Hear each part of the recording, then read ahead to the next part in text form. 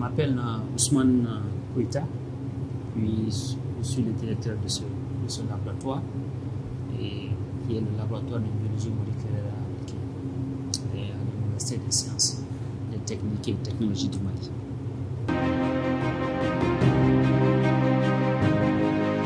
Bon, tout a commencé dans le quartier de Wolofobougou-Boulibana, où j'ai fait mon premier cycle de l'école fondamentale et qui s'est poursuivi au groupe scolaire de Hamdallah et d'Aslam, où j'ai obtenu mon DF pour aller au lycée Askia Mohamed. Et du lycée Askia Mohamed, je suis allé à l'école nationale de médecine et de pharmacie, où j'ai obtenu mon doctorat en pharmacie. Et ensuite, j'ai fait un doctorat PhD à l'université, à Tulane University aux États-Unis, et ce qui m'a permis d'être chercheur et ensuite d'être enseignant, disons enseignant-chercheur à l'Université des sciences et techniques de Bamako, où je suis à la faculté de pharmacie. Donc voilà un peu le parcours. Et j'ai eu la chance de créer ce laboratoire, le laboratoire de biologie moléculaire en 2000, et qui aujourd'hui a plusieurs unités fonctionnelles qui font un travail transversal dans le domaine de la biologie moléculaire.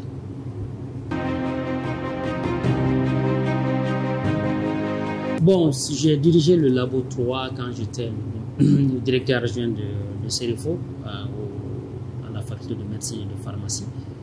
Et ici, c'est un labo P2, et c'est pourquoi vous voyez que je manipule, c'est pour confiner les pathogènes de risque 2, et qui permet aux manipulateurs d'être protégés, et aussi le pathogène de ne pas être contaminé, et aussi l'environnement qui est épargné. Donc, c'est une enceinte stérile qui permet de travailler d'une manière sereine sans avoir le souci de la contamination.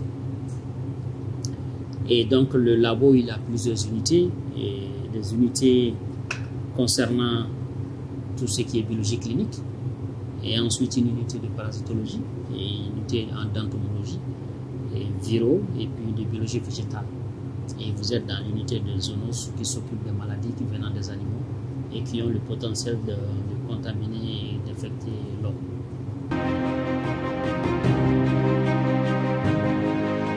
Et sur le plan professionnel, bon, nous occupons des places au niveau de certaines organisations et institutions de santé, et notamment à l'INSP, où je suis le président du comité scientifique et technique, et aussi au niveau de l'Institut de recherche pour le développement en France. Je suis dans le comité conseil scientifique qui supervise tout ce qui est écosystème scientifique de recherche au niveau de la France. Et ça a été une nomination du ministère des Affaires étrangères de la France et puis du ministère de l'Enseignement supérieur en France. Et aussi, je suis membre de plusieurs sociétés savantes pour ne pas les citer. Et en termes de collaboration, nous travaillons beaucoup avec des universités américaines, notamment en Colorado State, avec laquelle nous avons beaucoup travaillé sur le son de vie et que nous continuons. Et l'université de Tulane University à la Nouvelle-Orléans, l'université dans laquelle j'ai été formé. Et ensuite, d'autres collaborations dans la sous-région avec les universités Joseph Kizerbo, où nous accueillons les doctorants. Et ensuite, des visites scientifiques au niveau de l'UQAT avec mon collègue professeur Gabrandiaï, et aussi en Gambie au MRC, Malaria Medical Research Council à Fajara. Et donc tout cela dénote un peu l'activité intense au niveau du laboratoire.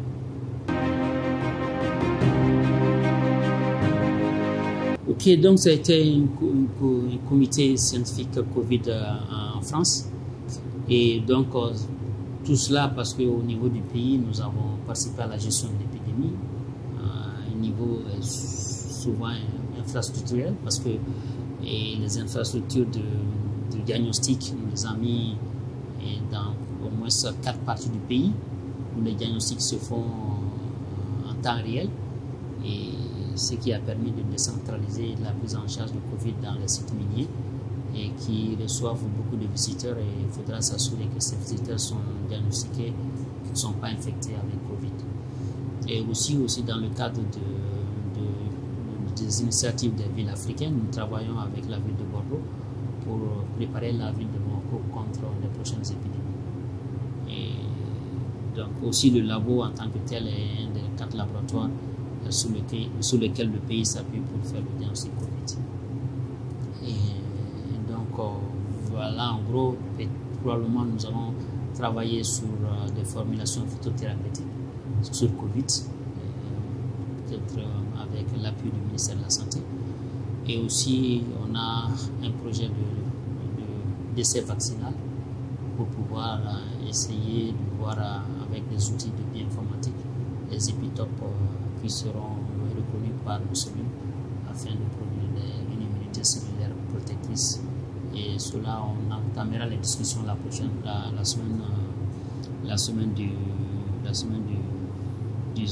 prochaine, et la semaine du 15, nous allons discuter de modalités avec nos collègues de EpiVac qui sont en train de mettre en place un protocole pour la mise en place du vaccin Covid. Donc voilà nos activités concernant les Covid. En ce moment, le centre que je dirigeais était le seul centre qui avait un niveau P3 au niveau de la sous-région, qui a la capacité de manipuler stérilement le virus Ebola. Et donc, j'ai eu la chance de diriger la plateforme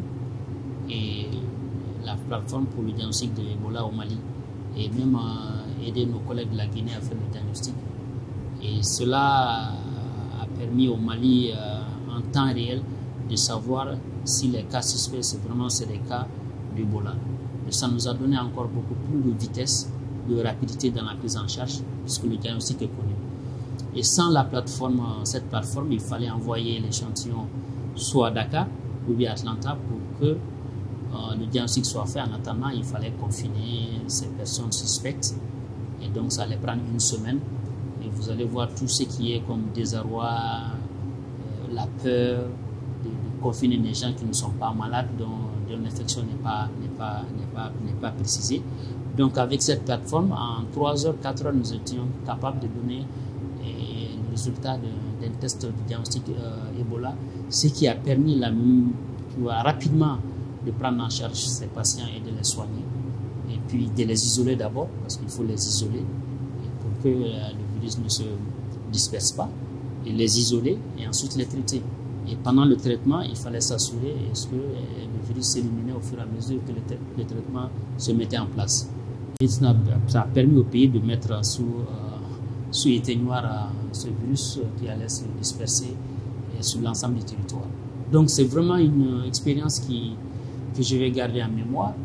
C'était compliqué en ce moment en termes de sa propre protection, de sa famille et puis de l'environnement dans lequel nous. Et ça a été un succès parce que aucun membre du personnel de l'équipe n'a été contaminé. Et ensuite, en termes de précision de diagnostic, la précision était claire. On n'a jamais donné de faux négatifs, de faux positifs. Et ensuite, on a pu isoler le virus et on a déterminé l'évolution de ce virus par rapport au virus de l'épidémie de 1976 au Zaïre. Nous avons vu qu'on comparait avec la vitesse évolutive que ce virus n'évolue pas très très rapidement comme le virus de VIH.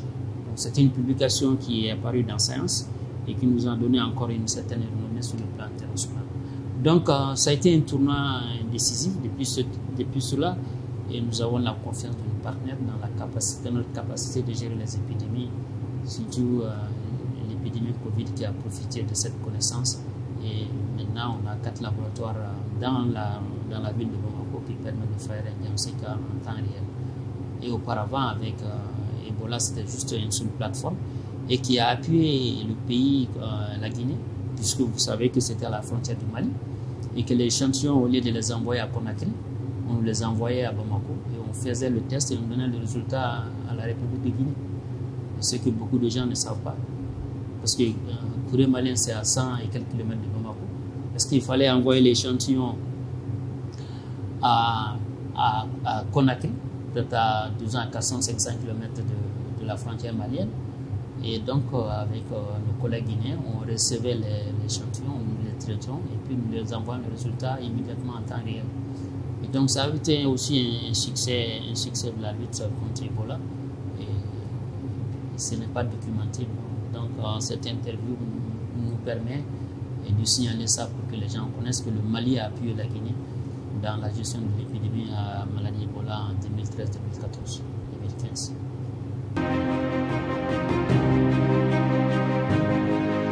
Bon, il y a toujours des échecs. Les échecs sont inhérents à la vie de tout un chacun.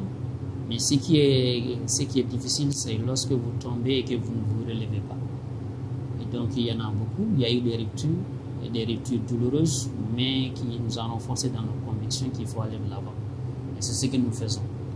Et nous avons mis en place ce labo qui, au départ, les gens n'y croyaient pas, mais qui est devenu aujourd'hui une institution connue dans la sous-région, aux États-Unis et en Europe.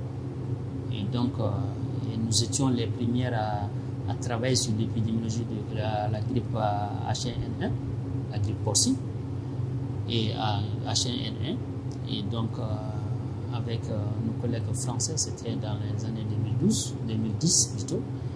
Et donc, depuis cet instant, les gens ont cru à notre capacité de pouvoir aller plus loin dans la recherche, surtout dans la recherche transversale.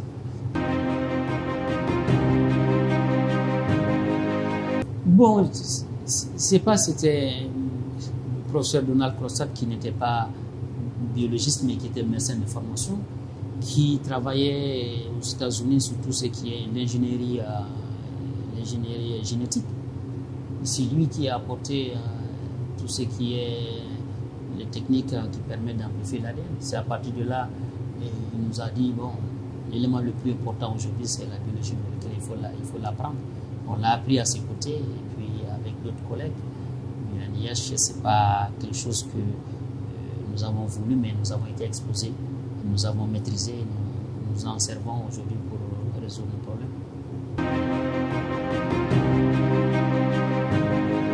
C'est de laisser une équipe performante au moment où on va se retirer. Ce qui est important, c'est d'avoir un personnel dédié à aller de l'avant, parce que le futur, ce sont les jeunes qu'il faudra. Et je suis content aujourd'hui que le labo marche sans que je sois derrière chaque personne. Chacun sait ce qu'il doit faire et ce qui me réconforte. Et aussi à créer encore des infrastructures. Les infrastructures sont capitales dans la gestion, dans l'enseignement. Sans infrastructure, on ne peut pas faire un enseignement. Ce serait un enseignement livresque. Alors qu'il faut que les jeunes manipulent.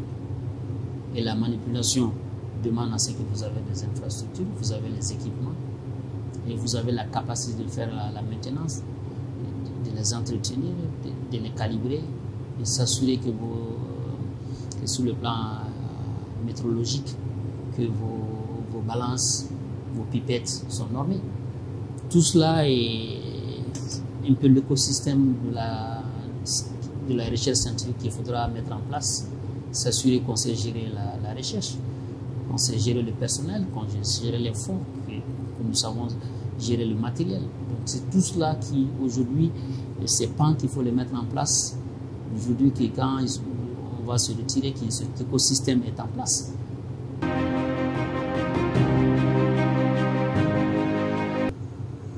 Bon, je ne sais pas si je suis un bon modèle ou pas, c'est aux autres d'apprécier.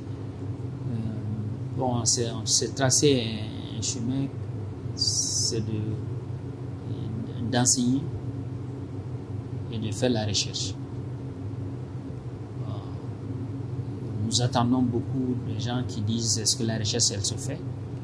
Elle se fait. Mais est-ce qu'elle est valorisée? Je ne suis pas sûr. Ça peut être mieux valorisé. Mais l'insuffisance et la valorisation qui manque, tout ce que nous faisons n'est pas valorisé. Et nous faisons des articles, qui tombent souvent dans les armoires, les gens ne lisent pas, n'en profitent pas. Et donc il faut mettre un système de valorisation de nos produits de recherche